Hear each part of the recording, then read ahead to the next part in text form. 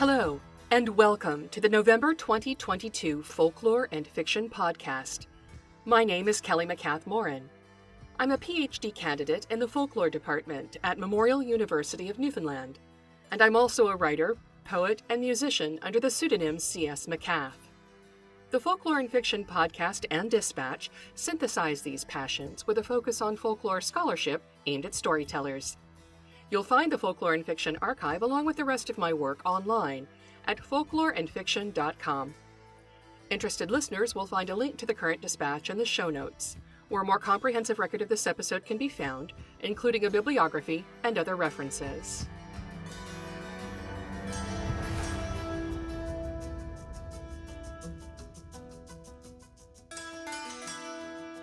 This month, I'm bringing you a bit of Arthuriana, rescued from a fire and later added to the Child Ballad collection.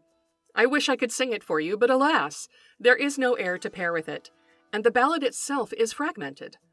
Dispatch readers will see evidence of this fragmentation in the transcript, while podcast listeners will hear it in the pauses I've added to the reading. Let's get started. The Marriage of Sir Gawain. King Arthur lives in merry Carlisle, and seemly is to see. And there he hath with him Queen Guinevere, that bride so bright of blee.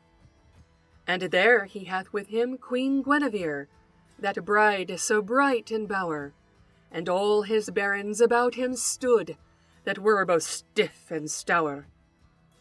The king kept a royal Christmas, of mirth and great honour, and when... And bring me word what thing it is that a woman will most desire. This shall be thy ransom, Arthur, he says, for I'll have no other hire. King Arthur then held up his hand, according then as was the law. He took his leave of the baron there, and homeward can he draw. And when he came to merry Carlisle, to his chamber he is gone. And there came to him his cousin Sir Gawain, as he did make his moan. And there came to him his cousin Sir Gawain, that was a courteous knight. Why sigh you so sore, Uncle Arthur, he said, or who hath done thee unright? O peace, thou gentle Gawain, that fair may thee befall.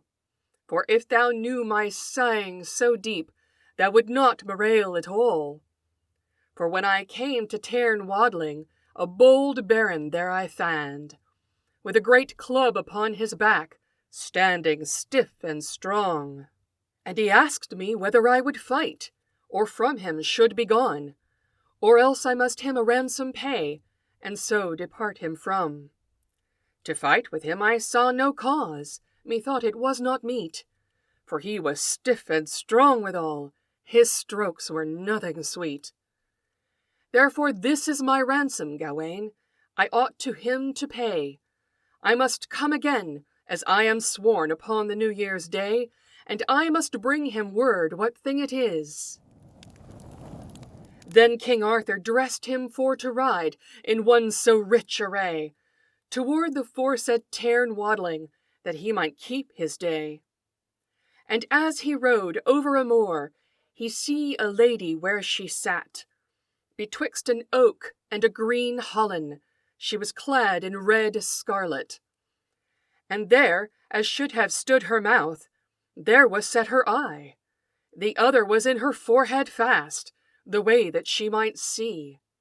Her nose was crooked and turned outward. Her mouth stood foul awry. A worse formed lady than she was, never a man saw with his eye. To helch upon him, King Arthur, this lady was full fain. But King Arthur had forgot his lesson, what he should say again.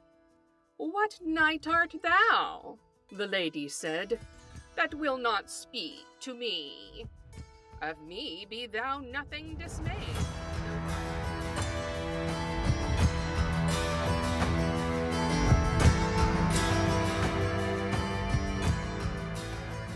This episode of the Folklore and Fiction Podcast is a preview, and you can listen to the full episode on the Folklore and Fiction website.